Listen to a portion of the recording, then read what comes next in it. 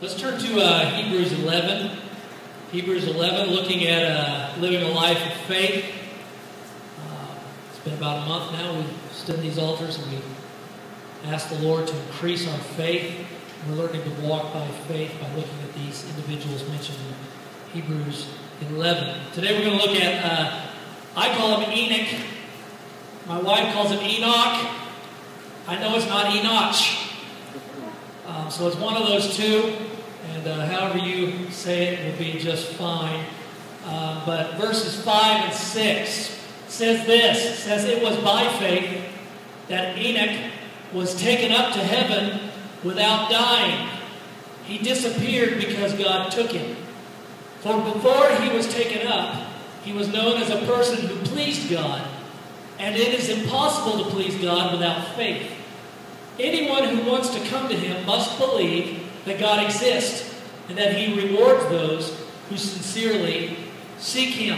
Now, we're not told a whole lot in those two verses, but we find out a couple of things. We know that Enoch pleased God. We're clear on that. And we know that Enoch didn't experience death. He was taken up to heaven without dying. You know, Christianity is the only religion that there's going to be a whole generation of people who will not see death. And that day is coming. Enoch experienced that very thing. He didn't experience death. And that pretty much is it. That's pretty much what we know from these two verses. Not a lot of info. But with the little information that we do have, we know this. We know that Enoch must have been a man of great faith. He must have had great faith. For one thing, he's included in this chapter. And you don't just get thrown into this chapter. You make it into this chapter because you had great faith. And for another, in these two verses, we are told that Enoch pleased God. He pleased God, and it is impossible to please God without faith. So Enoch had great faith. Now let's see what we can find out a little bit more about Enoch. His story is in Genesis chapter 5. All right, Genesis 5 verses 21 through 24. And it's not a whole lot more information, but let's see what it says about Enoch. It says this, it says, "When Enoch had lived 65 years, he became the father of Methuselah." Anybody in the mid-60s? So you would have had a child right in this range. Enoch became the father of Methuselah. After he became the father of Methuselah, Enoch walked faithfully with God for 300 years and had other sons and daughters. Altogether, Enoch lived a total of 365 years. Enoch walked faithfully with God. Then he was no more, because God took him away. Not a whole lot of more information in this passage of Scripture either, is there? The dominant fact, as I was studying it this week, seems to be this. Enoch walked with God. Enoch walked with God. In fact, it's mentioned twice in this short passage. Think about walking with God. How many know as Christians we have our own language? Amen? Pretty much any profession, an industry has their own language. I was working out at the property Friday morning with the maps worker, and he kept yelling out different measurements to have cut, and he'd say 133 strong, and he'd say 114 short, or he'd say weak. And finally, Stan Cox was out there with me, and Stan finally said, "What are you talking about? What's weak and what's strong?" And the maps guy said, "Well, that means long or short." I said, "Well, why don't you just say that?" Right? Because it's their own language. It's terminology they use. Christians are the same way. Walking with God is one of those things. Christianese, we call it. Found a few of those this week. How many have ever heard this? If it be God's will. Ever heard that? Well, if it be God's will. You know what that means? I really don't think God's going to do this. Okay? Christianese says, let's have a word of prayer. That means I'm going to pray for a really long, long, long time. Christianese has this in its language. Well, you know, that's not my spiritual gift. That's just not my spiritual gift. That means find someone else. I'm not doing it. Fellowship, that's organized gluttony. The Lord works in mysterious ways. That means I'm totally clueless. Right? If the Lord is willing, that means you may think I'll be there, but don't count on it. I don't feel led. Means you can't make me. God led me to do something else. That means I slept in. Okay? I'm under the weather. That means I'm too sick to go to church, but not so sick that I won't be shopping this afternoon. Christianese says, she has such a sweet spirit. That means she's an airhead, right? I haven't checked my spirit about him. It means they're a jerk. I'll be praying for you. There's an outside chance that sometime this weekend that I'll remember this conversation. You know, we have all these things. Christianese, and we've all heard that there's certain words that we use. How long have you been walking with the Lord? Okay, we're talking about walking with the Lord today, walking with God. And that's common phrase in our Christian terminology. And we say things like this. Well, how long have you been walking with the Lord? Granddad, this week we were talking about 80 years. 80 years walking with the Lord. Or we'll say things like this. Well, are they still walking with the Lord? Or how's your walk? How's your walk? You ever said that to somebody? There's a kid on Parker and Colton's basketball team. I always make fun of this. His walk's like this. He's got this walk. You ever seen the Ministry of the Silly Walks? Old television show. Or when I go with the youth, Haley's always wanting to go to Target or somewhere. And usually when we go with the youth, I'll end up at some point walking with them. Just through the store, just seeing if anybody else. Just, you know. When I was a kid, anytime we would go in a restaurant and the waitress or the waiter would say, walk this way, Dad would mimic their walk all the way through wherever we go, to the table. And so, walk this way. Did you know when you walk different, people notice? God notices too, don't they? What does it really mean to walk with God? And why does it require faith? Why was it such a big deal that Enoch would be included in Hebrews 11? And basically all we know about this guy is that he walked with God. He walked with God. Well, let's take a look for a few moments at walk and walking, what that word conveys. I want you to think about that word. We're going to break it down and get real simple here this morning. Walking. Walking is voluntary. It's voluntary. It doesn't say God dragged Enoch. Walking is something we do voluntary. I'm just walking back and forth here. Walking implies a steady, consistent stride, as opposed to running or off again, stop, start. It's a consistent, steady thing. And it also suggests a continuous forward progress. Okay, not a whole lot of people walk backwards. That's not the way you do it. You got those speed walkers in the Olympics that they do all that. But it's a forward thing. It's a consistent thing. It's a steady thing. Now you can walk alone, but Enoch in this chapter he's in this chapter because of who he walked with, isn't he? Who he walked with. To walk with God suggests something. It suggests a life that is surrendered to God. It's not forced. It's not manipulated. It's a life that is voluntarily chosen to walk with God. It also suggests a life that is controlled by God. It's steady. It's consistent. He's calling the shots. It's reliable. It's faithful. It's not on again, off again. And walking with God suggests a life that is lived for God. You see, it speaks of a growing relationship with God. It's a life that is disciplined. It's a life that is continually growing spiritually. Walking with God is always rewarded, and it represents in the Scriptures an ongoing relationship and an intimacy with God. You see, walking with God is a choice of faith because most of the world is walking away from God. But it's a choice of faith. And walking with God is a conscious, voluntary decision that you and I have to make every single day when we get up. Every day, because every day you and I are bombarded with all kinds of evil, all kinds of temptation, and every day the decision to walk with God is a choice, and it's a choice of faith. Walking with God pleases God. Amos 3:3, it says this. I don't think I have this on the screen. No. Amos 3:3 says this. It says, do two walk together unless they have agreed to do so? Do two people walk together unless they have agreed to do so? Did you know walking alone is different than walking with someone? It is impossible to walk together unless you've agreed on several things. Clayton, help me out. Okay? I want you to go, you walk that way, I'll walk this way. We're not walking together, are we? Okay? You walk on that side, I'll walk on this side. Just walk back that way. We're still not really walking together. Still not walking together. We haven't agreed on some things, and we're going to talk about these things in just a moment. Now, get up here next to me.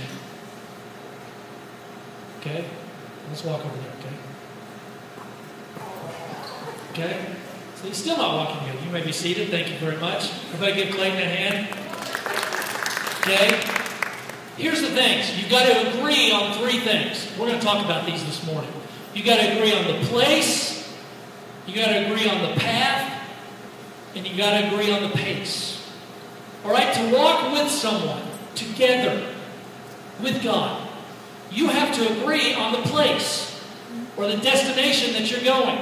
All right? When Jennifer and I go to Walmart or TJ Maxx or the mall or somewhere, when we go to Walmart, I like to go check out the electronics, that kind of stuff, or the sporting goods. Jennifer does not. She doesn't like to do that. So, when we go to the store, often we don't walk together. Why? Well, it's because you can't walk together and go two different places. It's impossible. Enoch was headed where God was headed. You see, they were in agreement regarding the place that they were going. Are you? Are you? You see, we're talking about more than heaven here. Heaven's the no-brainer. We all want to go to heaven. That's where we're all planning on going. But what about everyday life? You see, God has a plan and a purpose for every person's life. Are you heading there? Or are you kind of doing your own thing? It goes back to what we heard about last Sunday, and that's total surrender. It's surrendering our life to God. The end goal in all things is always God's glory and His kingdom. And that's why we live, that's why we move, that's why we breathe, that's why we have our being. 1 Corinthians 10:31 says this: whatever you do it all for the glory of God. So if you teach, do it for the glory of God. If you play basketball, do it for the glory of God. If you work in an office, do it for the glory of God. If you're a dentist, do it for the glory of God. If you're a vendor, do it for the glory of God. If you drive a truck, do it for the glory of God. Whatever you do it for the glory of God. Now, where was Enoch headed? Hebrews 11:5 says that Enoch was taken up. He was taken up. He was headed up. He was taken up. Up in the way that he lived his life on a day-to-day basis, and also up in the direction that he would eventually end up going in his life. Here's what I'm saying. I'm saying this: the person who is walking with God, not just believes in God, but the person who is walking with God, like Enoch, is living for heaven here on earth before they ever get there. They're living for heaven here on earth before they ever get to heaven. Before they ever get there. We cannot walk with God unless we have agreed with God on the place that we are going. Now, the second thing is this: to walk with someone together, you have to agree on the path, the course that you're going to take to get to where you're going. You see, you can be going the same place as someone and still be on a different path, can't you? There's all different ways to get here, probably from your home. There is from mine. I can go up the 112. I can come all up these other different little country roads. I can come up the 540. I can go all the way over to 71 and I can get here on different paths. But you won't be walking with it. You won't be walking with it. And if you're not walking together, here's what happens. Fellowship is broken. Walking with God means that we stay on the path of God. My kids, on a regular basis, we pray. This is common terminology in our house, because we have some cousins, some family who are not living for the Lord. And so a lot of times we will pray, and my kids have grown up with this terminology. And so Bailey or Taylor or Parker will pray in our family prayer time, Lord, help so-and-so get on the right path. Help them to get on the right path. Enoch was walking the same path God was walking. Are you? You see, if you're not walking the same path God is walking, then you're on the wrong path, whether you're a sinner or a saint. What about your own life? Are you on the path that God is walking on? Are you walking the same course that God is walking and planned for your life? Or are you charting your own adventure? It's possible to do. Proverbs 4:26 and 27 says this. It says, watch the path of your feet. Watch them. Watch where you're walking. Watch the path of your feet, and all your ways will be established. That means they're going to be firm. They're going to be successful. It's going to be strong. And it says, do not turn to the right or to the left, and turn your foot from evil. A lot of times we turn our feet towards evil, but the word says turn your feet from evil. Watch the path of your feet. Don't turn from the left or the right. Enoch stayed on God's path. Enoch stayed the course. He didn't veer to the left. He didn't go to the right. He was steady and he was consistent. He was faithful. And that's what we want to hear God say. Well done, good and faithful servant. The word says that Enoch pleased God. And that is the measure of success in God's economy. Pleasing God. And here's what I found. I think the difficulty with staying on the path comes when we walk out those doors on a Sunday morning. Sundays are easy. Sundays are easy. The difficulty in staying on the path that God is walking on happens the rest of the week. So how do we stay on God's path?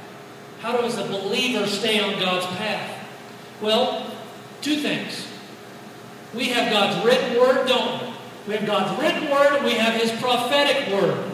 And we need to listen to and obey both of those things if we want to stay on the path that God has for our life. Psalm 119, verse 105 says this. It says, your word is a lamp unto my feet, and it is a light for my path. We live in a dark world. We live in a dark place.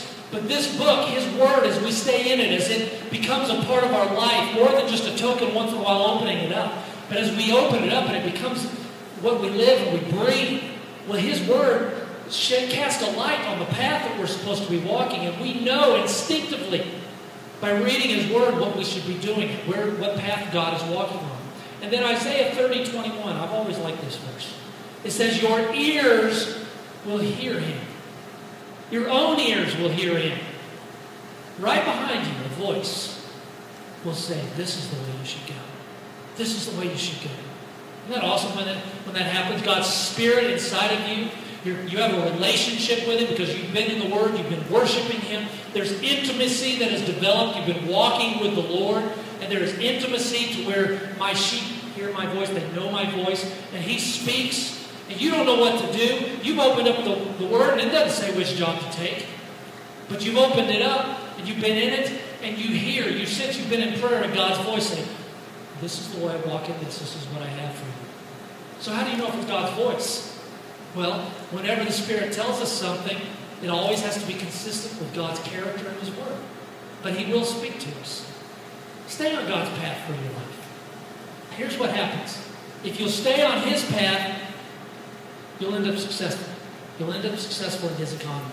Regardless of what happens in the world, and there's a whole lot of stuff happening, regardless of what happens in the world, stay on the right path. I've been reading Revelation this week. Folks, there are masses of believers who are going to be deceived in the end days. They're going to fall for everything they already do. They're going to fall, they're going to believe whatever they want because they haven't been in His Word. They don't know what His voice sounds like. They don't know. And so they're gullible and they listen to anything that sounds good and they follow it. Listen, stay on the right path. Cling to Jesus with every fiber of who you are. If it's not in that Word, don't believe it. Maintain a steady walk, going the same place, on the same path as God. And you'll end up successful in His economy. The third thing is this, in regards to walking with God, that I believe we see from the story of Enoch, is if you're going to walk together, be it with Jennifer and I, or if we go on a walk or anything, if you're going to walk together with someone, you have to agree on the pace. You have to agree on the pace or the speed that you're going to travel. Enoch had a life of faith. He pleased God, the Word of God says. And I believe it was because he stayed in step with God. What about your own life? What about my life? Are you in step with God? Galatians 5, verse 25 urges us. It pleads with us. Paul pleads with us. And he says, keep in step with the Spirit. Keep in step with the Spirit. Now this is a big deal in the Christian life. Because here's what happens. Most of us are either way ahead of God or we're lagging behind. Has anyone else discovered besides me that God is never in a hurry? You ever discovered that? At least in my life. He is never in a hurry. You want to know why? It's because he knows the beginning from the end. He is the Alpha and the Omega. He's the A and the Z. All right? He's not tied to, he's not bound to any time constraints. Time has nothing to do with it. It doesn't even register. We're always in a hurry. And because we are, it can be real difficult to walk at the same pace that God is walking. Honestly, it doesn't just happen. You have to be deliberate. You really have to be deliberate about walking at the same pace that God is walking. More times than I care to admit, my biggest struggle, most people's struggle, I think, is being still and waiting on God. It's just waiting on God. Because we logically, and we have counsel, human counsel, we have our logic, our mind starts working, and we think something's got to happen. We've got to do this. And a lot of times God hadn't given us direction. And it's tempting to get ahead of God. And that's usually what happens. We run on ahead. And think about it. As a pastor, you see this a lot. You see people who run ahead in their finances. Especially you see it in newlyweds. A lot of times, man, they just go out and buy this monster house and all these different things. And they really have gotten ahead of God in that area of their finances. I used to see this all the time in the relationships. You see, we get ahead of God in our relationships because here's what happens. In our loneliness, we choose the wrong guy, the wrong girl. In our loneliness, our desire for companionship, what happens is it overrides our desire and even our ability to stay in pace with what God has for us and to wait on Him and to trust Him. You see it in people's careers, in all different areas of their life. Can you see how walking with God at His pace takes faith? It takes faith. When we walk at God's pace, we're walking by faith. We're trusting Him to lead us and guide us and for things to fall into place at His desired plan. When we walk at our own pace, we're walking what? According to our emotions. And our emotions kind of, oh man, I got to do something. Nothing's happening, and so I need to make sure this happens. And so we walk with our emotions, our feelings, our human counsel that we receive, but we need to make sure we're walking at God's pace, what He has for our lives. Let me challenge you this morning, and we'll use the life of Enoch. Don't get ahead of God.